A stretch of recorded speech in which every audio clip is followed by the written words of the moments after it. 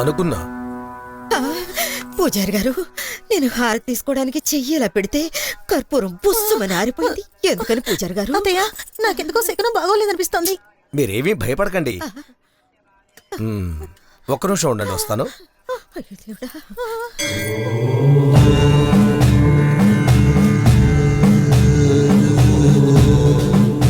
తీసుకోండి. దీన్ని దేవి పాదాల దగ్గర ఉంచి పూజ చేశాను. రాత్రి పడుకునే ముందు దీన్ని దిండి కింద పెట్టుకొని పడుకోండి, అంతా సర్దుకుంటుంది. సరేనండి, వెళ్ళొస్తా.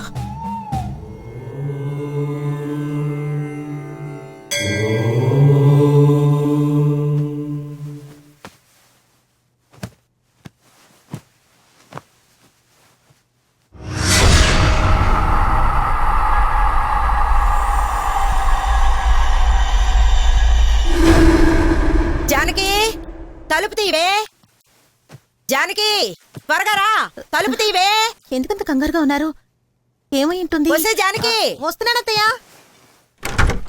అత్తయ్య,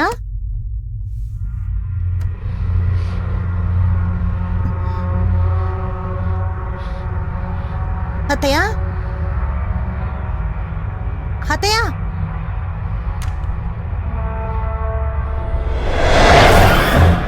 మంత్రి నిమ్మకాయని బయట పారే, లేకపోతే ఊరళ్ళని మొగుడు తిరిగి రాడు, వాడి శవమే తిరిగి వస్తుంది.